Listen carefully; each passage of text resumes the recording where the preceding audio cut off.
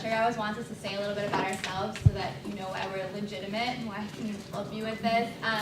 So I'm a senior. I'm studying poli-sci and legal studies. I'm in the honors program. I am going to take a gap year before I go to law school. I'm really interested in immigration. I've been an immigrant advocate throughout undergrad. So I started by volunteering at the law school clinics and their immigrant justice clinic and doing direct representation work with individuals that were at risk of being deported. From that, I decided I really wanted to do some sort of policy or at least see how that all worked. So I did the White House internship in the Immigration Office of the Domestic Policy Council. From there, I went to another White House office and worked on immigration again, but I did DACA outreach, so that's Deferred Action for Childhood Arrivals. I did like community engagement work around that. Now I am back here continuing to do stuff at the clinic and also doing intake at a law firm that works with a lot of undocumented immigrants in employment matters. So I speak Spanish, which has been really useful in that. I also speak Farsi because I'm Iranian, but that's far less useful in Wisconsin than Spanish is. So I've really been using my Spanish skills. That's a little bit about me. I want to work in government after I graduate, so I'm on that search, just like I'm sure a lot of you are. Hi everyone, I'm Christine. I'm a senior actually in the business school studying marketing and international business. I've been working for the center, like Sherry said, about 2 years now, so I've had a lot of familiarity with pre-law students. And last summer I was actually in Rochester, Minnesota, working at Mayo Clinic within their finance department. And then I also had an internship abroad when I studied in Sevilla, Spain last spring, so that was exciting. Little international component of it. So, and I am really going to talk today about kind of preparing to apply for gap year and internship experiences, give you kind of some best practices of resume and cover letters. We don't really touch on interview or interview questions, but if that's like of interest to you, feel free to reach out to me or Donia at any time and we can discuss those possibilities as well. So yeah, hopefully this will be useful to you all. Okay, so we're going to start with the internship search.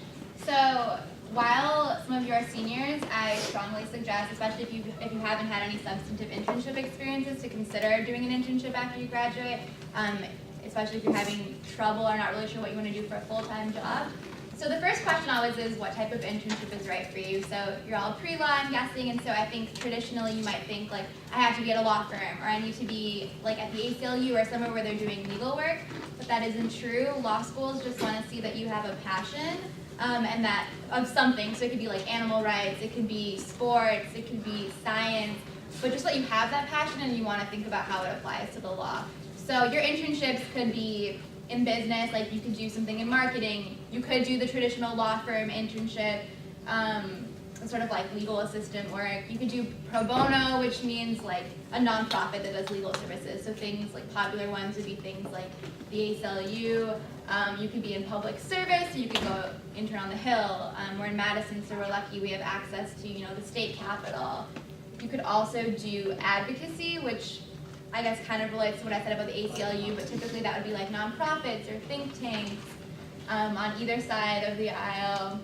And you could also do research. So I think it's really important that we stress here that research, like for a professor, is just as impressive and useful as like a Hill internship.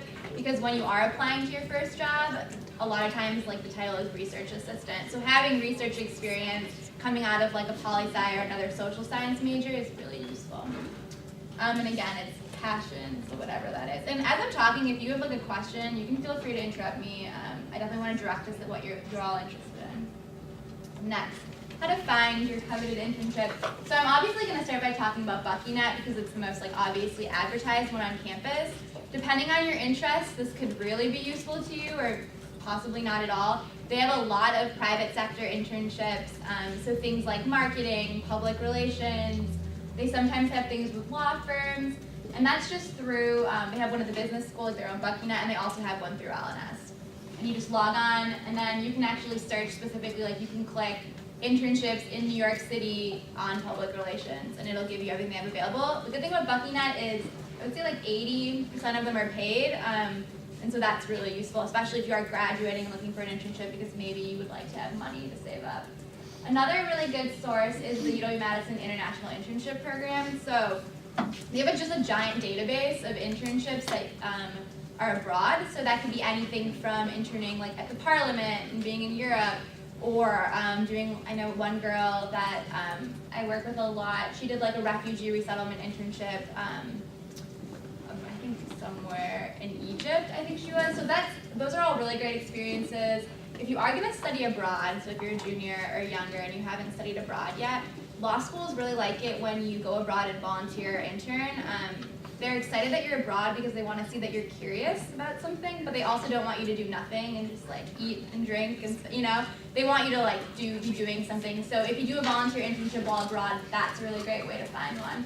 Idealist is always really useful if you want to do like public service, especially nonprofits. You can really easily find very specific things on Idealist, which is why I like them. Like you could type in Madison, Wisconsin, immigrant, anything that has the word immigration in it, like for example for me, what I'd be interested in will all come up. You can also find internships on there, jobs, fellowships, and volunteer. And that's just a website, I'm sure you all know what that is. And then company or organization websites, this is something that people forget about. Like almost everywhere will take an intern, especially if you're willing to be unpaid. So even if you can't find like a special, internship program at the company or organization, just going like researching them, finding their HR person or someone in the area you're interested in. So let's say there's a group that does like medical research and you're really interested in being like a lawyer that works with medical malpractice. So you go up onto their website and you find there's like a policy director. You can email them, you can email their HR person and sort of create your own internships, and that's something that people really forget about, but I've done things like that a lot and it's been really useful. And then Congress, so the Hill, every single representative, senator has an internship program. A few are paid, but not always. They all have their internship programs on their websites, and they'll normally let you do either like a communications internship, like where you're working on like press releases and things, or a general, whatever, like policy internship. That's also really useful to think about when you're in law school too. They always take law clerks on the Hill, and you can do the same thing with state people here in Wisconsin or wherever you want to go. And then Google, by Google, it's similar to the company or organization website. Literally looking up international affairs internships in DC, you will like come up with like literally everything, and I think that's been really useful for me. Other things for like really big areas like international affairs, like if you're interested in foreign policy, if you Google something like that, you'll find websites that are like the Foreign Service Students Association or whatever, and they'll have their own databases. So really just having like an idea of what you want to do, but being kind of broad in your search, that's key. So those are really broad ways to do it. I'm also going to talk about specific programs now.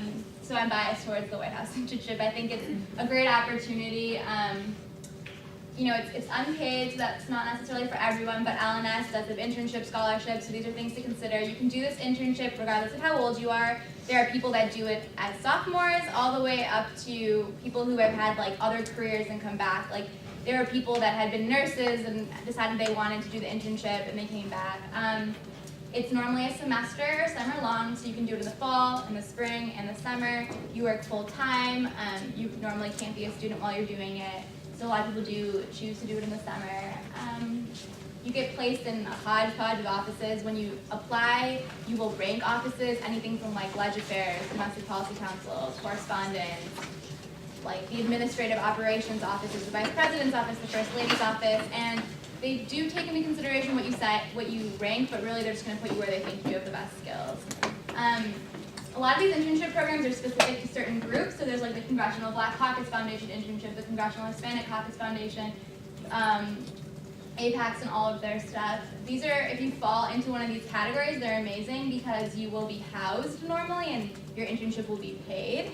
And they'll place you places, so for example, the Asian Pacific American Institute will find you an internship based on your interests and place you in it. The Congressional Black Caucus Foundation, as well as the Congressional Hispanic Caucus, put you normally on the Hill with people, senators, and things that are part of these caucuses. And those are incredible opportunities. They normally lead to like graduate fellowships. Sherry, you did one, didn't you? Yeah, I did the Congressional Black Caucus. So I mean, see, great things. And then I'm going to talk about the Goldman Sachs one a little bit. This one's passed for this application cycle, but something to consider later on.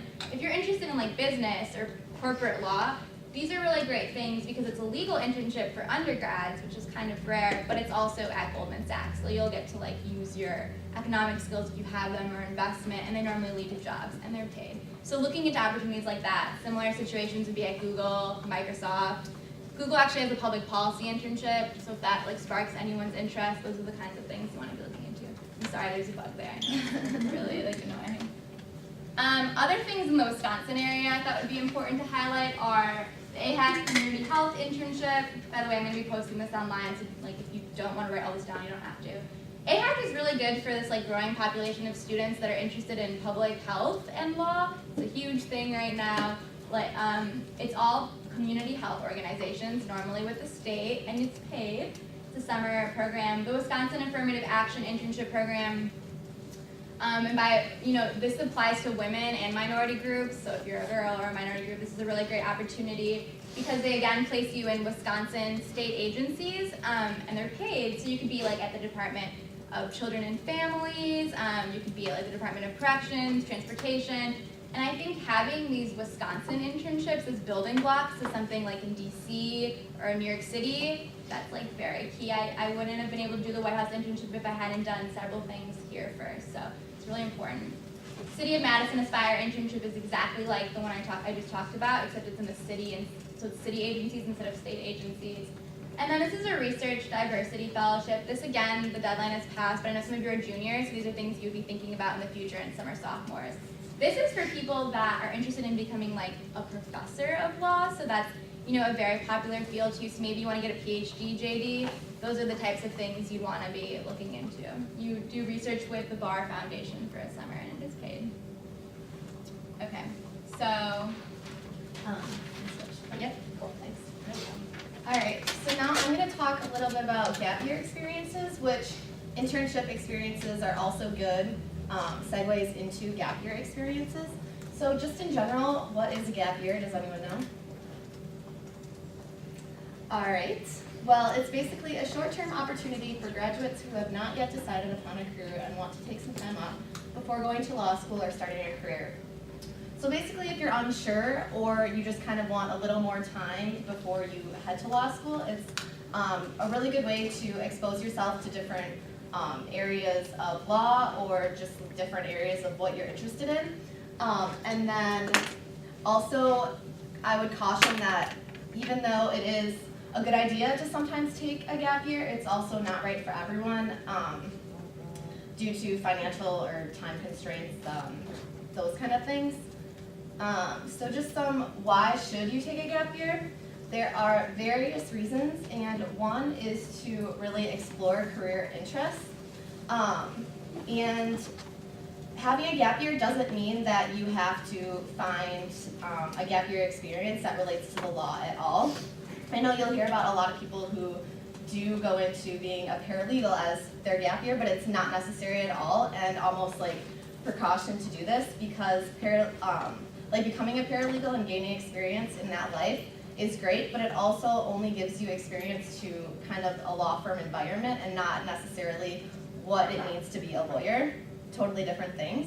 Some other examples, you could kind of go into the corporate route, so we'll go into a little example about Goldman Sachs, but if you're interested in corporate law, going into like a financial analyst position is something that could be a possible gap year experience for you. And then if you're interested in maybe going into public interest, taking the year off to find a volunteer interest that kind of matches your passion and kind of gives you insight into what it would be like to represent as a public interest lawyer. And then to ensure the legal field is right for you, law school is a huge investment of both your time and money, so just taking this time off to really assuring yourself, keeping yourself on track, and making sure that this is actually the right step for you. Also, another thing is to enhance your resume. You can do this with volunteer experiences, internships, professional experience, research, fellowship, traveling, and really just to develop new skills that you may not have developed during your undergraduate year. This is a really good time to take to really do that. So some others is to attain a professional letter of recommendation. This is definitely not a supplement to academic letters at all. but just to enhance maybe your application a little bit, you can complement your academic letters with a professional letter. Also, to strengthen your personal statement and admissions portfolio, 75% of applicants actually take 2 years as kind of a gap year before applying, and so taking a gap year can make you a more competitive applicant. And then you'll also have more time to study for the LSAT. I mean, being a student is hard, and I know studying for your classes is hard, so I can't imagine even studying for both the LSAT and your classes, and so taking a gap year might be convenient for you to allow yourself more time to study. And then increasing your GPA. If you apply as a senior in high school, your last semester isn't accounted for, and so maybe if you want to enhance your GPA and really solidify your grades the last semester, taking a gap year would help to do so, because then law schools will see your last semester grades. And then save up money for law school. If you do find a gap year experience that is paid, it's a great way to earn some money before heading to law school.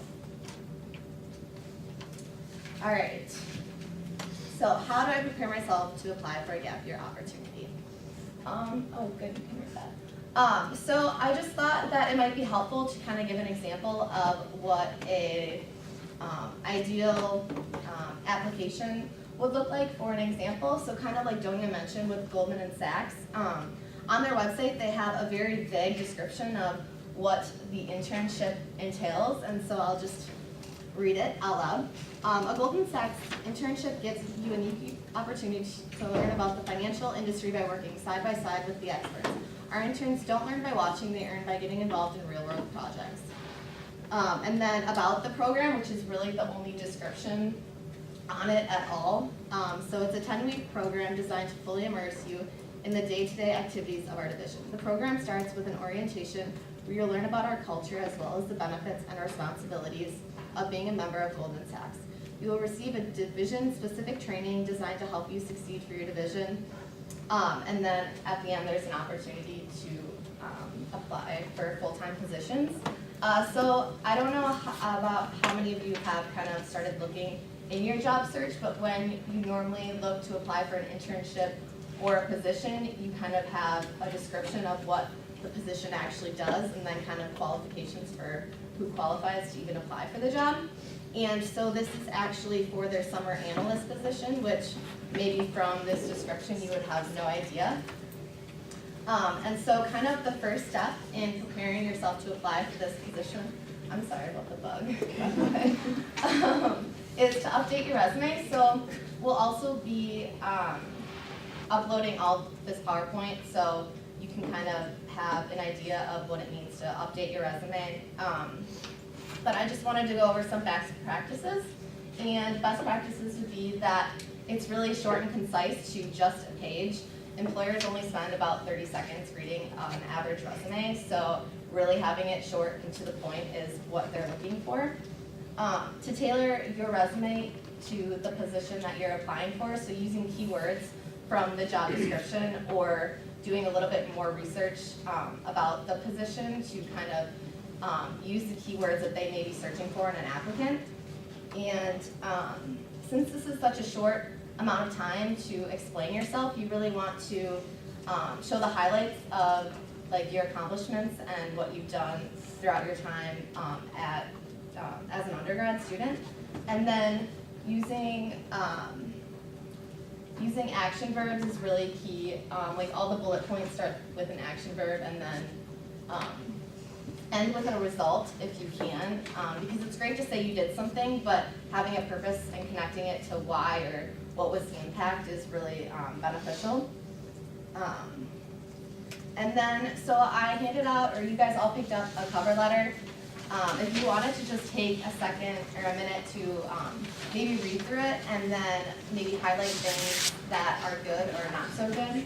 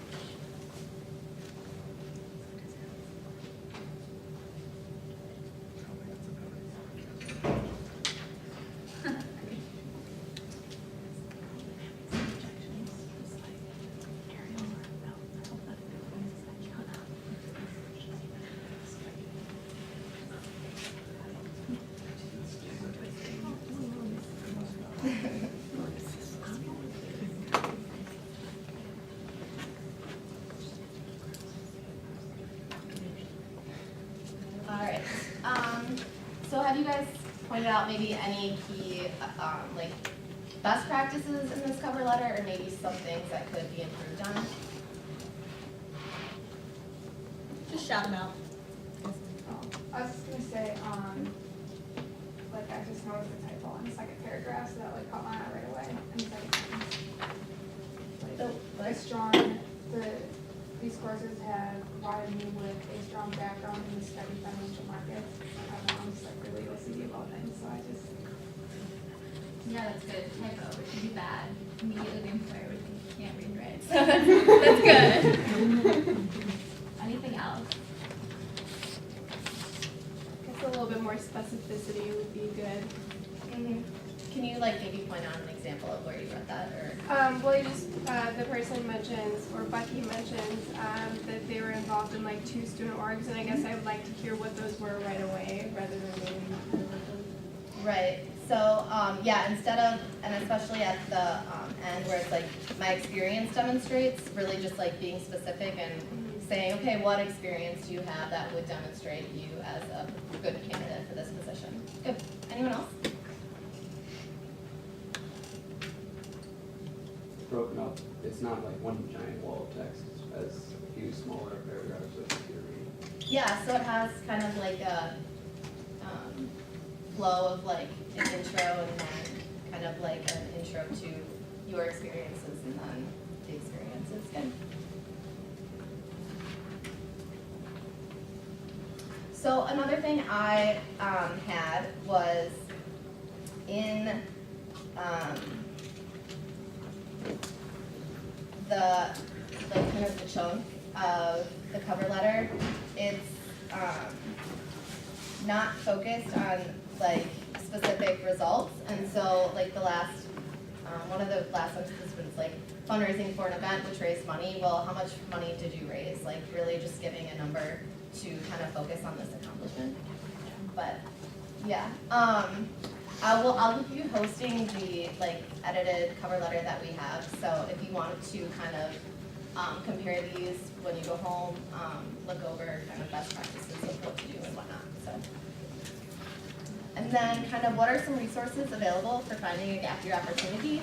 Joni had mentioned, obviously BuckyNet and company websites are great resources for finding like a professional experience.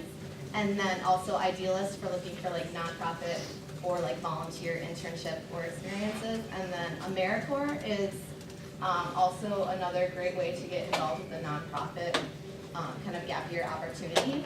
If you're looking for more of like an international volunteer opportunity, the United Nations has a really good program, and then also the Peace Corps, where you're actually abroad for 2 full years doing community service events in another country. And then if you more on like the teaching end, there's Teach for America. I know they're highly like recruiting now, so if anyone's maybe interested in that, I could give you a contact person for that. And then also CIE, they do a lot of abroad teaching, so this could fall under international or teaching. And then kind of some educational programs. NYU has the Summer Publishing Institute for like people maybe looking to get into like advertising or like marketing, copyright law, stuff like that. And then Dartmouth has a business program for non-business undergrads. It's kind of just like a semester program that gives you really good kind of overview of like business in a short amount of time. Yeah. Okay, so I'm going to do this really quickly because the panelists are going to be waiting remotely and in person. But something that's really good to do as a gap year is a fellowship for many reasons. One, they're prestigious, so who doesn't want something prestigious? But also they're like capped at a time, so they're normally exactly a year or exactly 2 years. And I know for someone, myself, looking for a gap year, it would be really nice to think like this will start and finish in a year, and then I'll go to law school, and like I don't have to worry about finding a job or anything because I've planned this out. We are like one of the schools in the nation that produce like the most successful applicants for a lot of the country's most prestigious fellowships. So things like the Fulbright, the Rhodes. If you're a science person, there are like sciencey ones. But the Fulbright, if you don't know, you have two options. First of all, you go abroad, and you can either teach or do research. Teaching is a really common one for undergrads because you can also be a Fulbright as a graduate student. So a lot of graduate students will do research, but I have friends, I know people that have done the Fulbright research even as an undergrad. So if you have a competitive research proposal, I encourage it. If you're a senior, you cannot apply to these anymore, but for those juniors and sophomores or younger, we have a UW-Madison Undergraduate Academic Awards Office, which I highly consider any of you look into, even if you are a senior, just because they can also help you get scholarships for law school that you'll apply to later on. They're incredible. It's a really great resource. Another really wonderful resource for fellowships is this website. Again, we're going to post this, so if this doesn't work, whatever, but it's a giant database of fellowships that I just love because it's split by interest. You know, you can do like Arabic language study fellowships all the way to engineering, environment, women, students of color, sciences, whatever.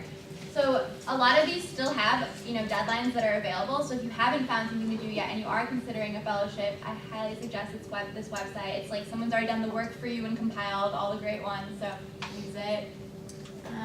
And then last but not least, I just wanted to note that you can also do things that are academic for fellowships. It's kind of similar to what you said about the Tuck program at Dartmouth, but feel free to like consider doing things such as getting like a one-year master's or some sort of academic experience. Law schools, especially the top schools, love to have like at least three people that have gone to like the London School of Economics and gotten a master's, whatever. They have things they look for, and those are one of them. We have to rush, but I'm happy to like meet with people and talk about any internships, about like moving to DC, fellowships. I was just recently selected for a fellowship, so I can like talk to you about what it's like to do all of this. And Christine can talk to you about anything. She knows a lot too, so feel free to reach out to us. But now we're gonna take our break, and I'm gonna get everybody on the panel. Well, before you take your break, just Yeah. really quick, just another thing that's coming up. That's Schools of Hope, AmeriCorps has partnered with Schools of Hope to do, I think, sort of like a Teach for America experience in Milwaukee. There's going to be an info session for it in the next couple of weeks, so definitely keep your eyes open for that. And I just wanted to underscore a couple of things that they said from the admissions side. Many of you all are thinking about applying to law school. You'll hear this. I'll move to the front so you guys can turn around. Hopefully this bug doesn't like land on my head. Many of you all will be thinking about going to law school, of course, and when you think about why gap year experiences are important, you really want to think about it from a law school professional development standpoint. I mean, first off, law schools are looking for people who, when they get out, can get jobs. So if you can get a job going into law school, right, that demonstrates that you're employable, right? People like you. It also helps you because you can potentially then use those connections to get a job with that same place after you finish graduating. So that's another reason. The third one is just a sort of professional development one. When you get to law school, you actually don't have that much time to figure out a specialty. And so if you spend some time actually working in a field and learning how to apply the law to some area of the real world, it'll make you a much more concise law school student. So that's something you also want to keep in mind. I mean, the other kind of like fourth thing is that it also just makes you a better citizen of the law school. And I think that's why you see a lot of law schools choosing to select students who've taken some time off.